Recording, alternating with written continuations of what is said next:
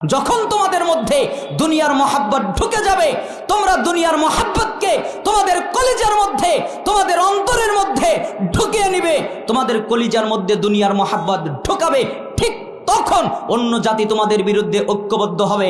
আর তোমরা যখন মৃত্যুকে ভয় করা শুরু করবে, মৃত্যুর ভয় তোমাদের মধ্যে ঢুকে যাবে, ঠিক তখনই অন্য জাতি তোমাদের বিরুদ্ধে ঐক্যবদ্ধ হবে। মাইকেল ভাই মাইক ঠিক করেন। তাহলে তোমাদের বিরুদ্ধে ঐক্যবদ্ধ হবে।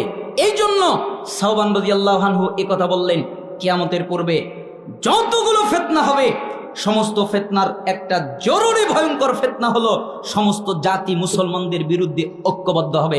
ঠিক এখন তাই ঘটছে, তাই না? আর মুসলমানেরা কি নিয়ে ব্যস্ত আছে? তারা দুনিয়া নিয়ে ব্যস্ত, তারা দুনিয়ার উম্মত, তারা দুনিয়ার পাগল, দুনিয়া নিয়ে তারা ব্যস্ত। তারা মরতে ভয় পায়, আমরা মরে যাব, আমাদের মৃত্যু হবে, কেমন যেন লাগে। এ কথা বললে আমাকে মেরে ফেলতে পারে, এ কথা বললে আমাকে আঘাত করতে পারে, এখানে গেলে আমার এটা ঘটতে পারে, সেটা ঘটতে পারে, হক কথা বললে কেউ আমাকে মেরে ফেলে দিতে পারে। মৃত্যুর ভয়, যখন মৃত্যুর ভয় করবে, যখন দুনিয়ার মহাব্বত তাদের অন্তরের ভিতরে ঢুকে যাবে, ঠিক তখনই যত জাতি আছে, যত গোষ্ঠী আছে, সবগুলো মুসলমানদের বিরুদ্ধে ঝাঁপিয়ে পড়বে। কিয়ামতের পূর্বে যতগুলো ফিতনা আছে, তার মধ্যে আর একটা ফিতনা হলো দলাদলির ফিতনা। মানুষ দলাদলি করবে, তারা বিভক্ত হয়ে যাবে, তারা ভাগ ভাগ হয়ে যাবে, তারা ঐক্যবদ্ধ হবে না, তারা একত্রিত হবে না, তারা এক জায়গায় হবে না, তারা আলাদা হয়ে যাবে, তারা বিচ্ছিন্ন হয়ে যাবে। কেন কেন তারা বিচ্ছিন্ন হয়ে যাবে? আমি একটা মাঝে মধ্যে আয়াত পড়ি, সূরা আলে ইমরান 103 নম্বর আয়াত। আল্লাহ তাআলা বলেছেন, ওয়া'তাসিমু বিহাবলিল্লাহি জামিআও ওয়ালা তাফাররাকু, তোমরা আল্লাহর রশিকে শক্ত করে আঁকড়ে ধরো, পরস্পরে বিচ্ছিন্ন হইও না। আল্লাহর রশিকে মজবুত করে আঁকড়ে ধরো, পরস্পরে বিচ্ছিন্ন হইও না। এই আয়াতটা ঐক্যের আয়াত। কিসের আয়াত? আপনারা কি রাগ করতেছেন আমার উপর? এই আয়াতটা কিসের আয়াত? ঐক্যের আয়াত। কিন্তু আমাদের সমাজে এই আয়াত দিয়ে বিভক্ত হয়, এখন হয়ে গেছে বিভক্তের আয়াত। কেন? যে যে দল করে, যে যে তরিকা করে, ঠিক এই আয়াতটা ওই দলের দিকেই ফিট করে। যদি বলা হয় তোমরা ঐক্যবদ্ধ হয়ে আল্লাহর রশি আঁকড়ে ধরো, তখন সে বলে তাহলে আমার আমিরকে মানেন, তাহলে আমার নেতাকে মানেন, তাহলে আমার পীর সাহেবকে মানেন, তাহলে আমার হুজুরকে মানেন, তাহলে আমার নেতাকে মানেন। কেন? ঠিক এরকমই ঘটে গেছে। অথচ এটা কিন্তু বিভক্তের আয়াত না, এটা হলো ঐক্যের আয়াত। কিসের আয়াত? ঐক্যের আয়াত। তাহলে বিভক্ত হয় কেন? যখন আপনি কোরআনকে কোরআনের কায়দায় না বুঝবেন, কোরআনকে কোরআনের মতো করে না বুঝবেন, ঠিক তখনই বিভক্ত ঘটবে। আচ্ছা বলেন তো, এই আয়াত কার উপরে নাজিল হয়েছে? মুহাম্মদ সাল্লাল্লাহু আলাইহি ওয়াসাল্লামের উপরে, তাই না? তাহলে এই আয়াত সম্পর্কে সবচেয়ে ভালো কে জানেন? মুহাম্মদ সাল্লাল্লাহু আলাইহি ওয়াসাল্লাম। তাহলে তার কাছে জিজ্ঞেস করে, আল্লাহর নবী আপনার কি কোনো ব্যাখ্যা আছে? তখন আমরা বলবো জি আছে। সহিহ আত-তারগিব ওয়াত-তারহিব 39 নম্বর হাদিস। রাসূল সাল্লাল্লাহু আলাইহি ওয়াসাল্লাম বলেন, আলাইসা তাশহাদুনা আল্লা ইলাহা ইল্লাল্লাহ ওয়াহদাহু লা শারীকা লা ওয়া আন্নী রাসূলুল্লাহ ওয়া আন্নাল কুরআনা জাআ মিন ইনদিল্লাহ। হে সাহাবীরা, জি তোমরা কি বলো না আল্লাহ ছাড়া সত্যিকার কোনো ইলাহ নাই, আল্লাহ এক, একক, অদ্বিতীয়? এ কথা কি তোমরা বলো না? জি আমরা বলি। আল্লাহ ছাড়া কোনো ইলাহ নাই, আমরা বলি তিনি এক, একক। তোমরা কি বলো না আমি মুহাম্মদ আল্লাহর রাসূল? জি আমরা বলি আপনি আল্লাহর রাসূল। আচ্ছা তোমরা কি বলো না এই কোরআনটা আল্লাহর কাছ থেকে এসেছে? জি আমরা বলি এই কোরআনটা আল্লাহর কাছ থেকে এসেছে। তাহলে সাহাবীরা শোনো, ফাবশিরু, তাহলে তোমরা সুসংবাদ গ্রহণ করো। কি সুসংবাদ? ফাইন্না হাযাল কুরআন তারাফু বিয়াদিল্লাহ ওয়া তারাফু বিআইদিকুম ফাতামাসসাকু বিহি ফাইন্নাকুম লান তুহলাকু ওয়া লান তাদিল্লু বা'দাহু আবাদা। শোনো, এই কোরআনের এক অংশ আল্লাহর হাতে, এই কোরআনের একটা রশি আল্লাহর হাতে, এই কোরআনের এক অংশ আল্লাহর হাতে, এই কোরআনের এক অংশ হলো তোমাদের হাতে। একটা আল্লাহর হাতে, আরেকটা তোমাদের হাতে। তোমরা যদি এই কোরআনকে আঁকড়ে ধরো, কখনো গোমরা হবে না, কখনো পথভ্রষ্ট হবে না, কখনো ধ্বংস হবে না। বলেন তো কাকে আঁকড়ে ধরলে? কোরআন। তাহলে ওই আয়াতের অর্থ হবে তোমরা ঐক্যবদ্ধ হয়ে আল্লাহর রশিকে শক্ত করে আঁকড়ে ধরো, পরস্পর বিচ্ছিন্ন হও না। তাহলে অর্থ হবে তোমরা ঐক্যবদ্ধ হয়ে কোরআন আঁকড়ে ধরো, এই কোরআন থেকে বিচ্ছিন্ন হয়েও না। কার থেকে? কোরআন থেকে। আর আমরা ওইটা দলের সাথে সেট করেছি।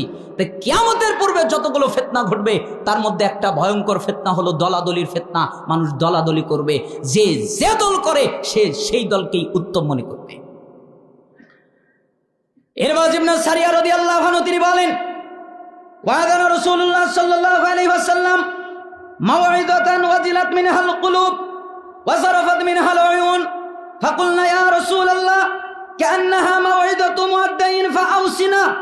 আল্লাহ নবী সাল্লাল্লাহু আলাইহি সাল্লামের সাহাবী ইরবাজ বিন সারিয়া রাদিয়াল্লাহু আনহু তিনি বলেন যে একদিন আল্লাহর নবী আমাদের মধ্যে বের হয়ে আসলেন, এরপরে তিনি এমন আলোচনা করলেন, আলোচনা করার কারণে আমরা ভয় পেয়ে গেলাম আর আমাদের চোখ দিয়ে পানি পড়তে লাগলো। আমরা ভয় পেয়ে গেলাম, আমাদের চোখ দিয়ে পানি পড়তে লাগলো, আমাদের অন্তর বিগলিত হয়ে গেল, আমাদের অন্তর বিগলিত হয়ে গেল, আমাদের চোখ দিয়ে পানি পড়তে লাগলো। এত তুমি কথা বললেন। তো এই হাদিস দ্বারা আমাদের দেশের এক শ্রেণীর লোকেরা বলে যে এই তো সুরের দলিল। কিসের দলিল? সুরের দলিল। কেন? ওই যে আল্লাহর নবী এমন ভাষণ দিলেন তাতে শ্রোতাদের অন্তর ভয় পেয়ে গেল, বিগলিত হলো, চক্ষু দিয়ে পানি পড়ল। এই জন্য আমি বলি হাদিস নিজের মতো বোঝার চেষ্টা করিয়েন না। হাদিসকে হাদিসের ভাষায় বোঝেন, সালাফদের নীতিতে বোঝেন।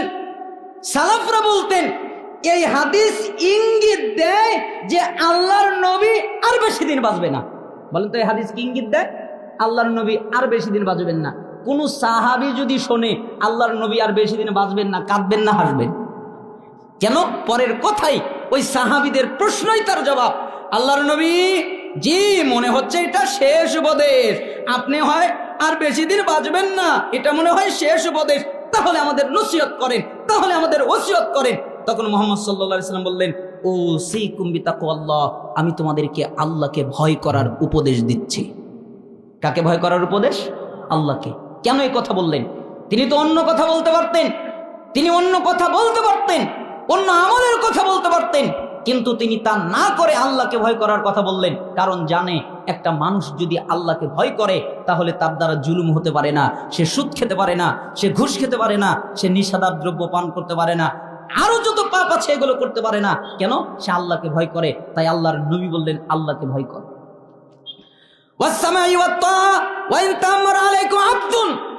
আর তোমাদের যারা নেতা হবে তোমরা এই নেতার কথা শুনবে তারপরে মানবে।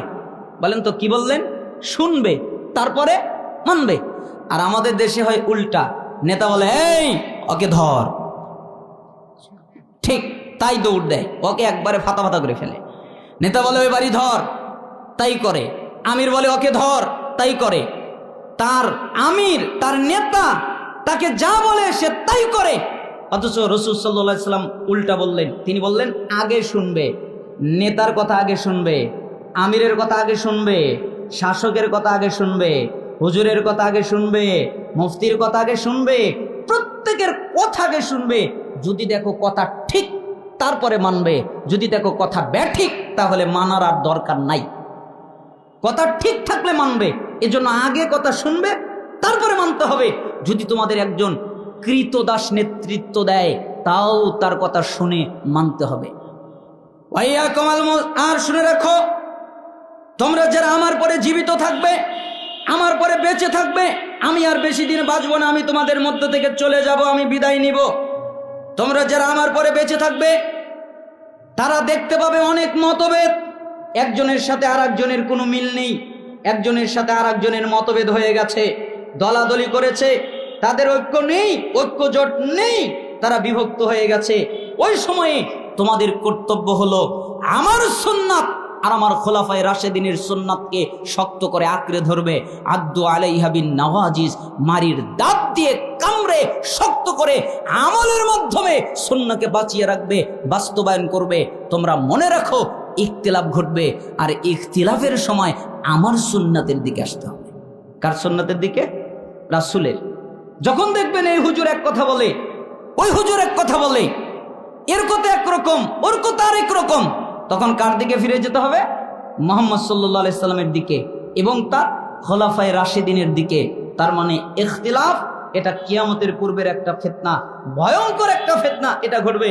হাদিসটা আবু দাউদের 4607, তিরমিজি 2676, ইবনে মাজার 43, ইবনে হিব্বানের 5 এবং আরো রয়েছে সহিহ তারগিব ওয়াত তারহিবের 37 নম্বর হাদিস, হাদিসের মান সহিহ। আমি আপনাকে বোঝাতে চাচ্ছিলাম কিয়ামতের পূর্বে ইখতিলাফ ঘটবে, কিয়ামতের পূর্বে দলাদলি ঘটবে, ফিতনা ঘটবে। অতএব আপনারা দলাদলি থেকে মুক্ত থাকার চেষ্টা করেন। আল্লাহ সুবহানাহু ওয়া তাআলা আমাদেরকে তৌফিক দান করুন।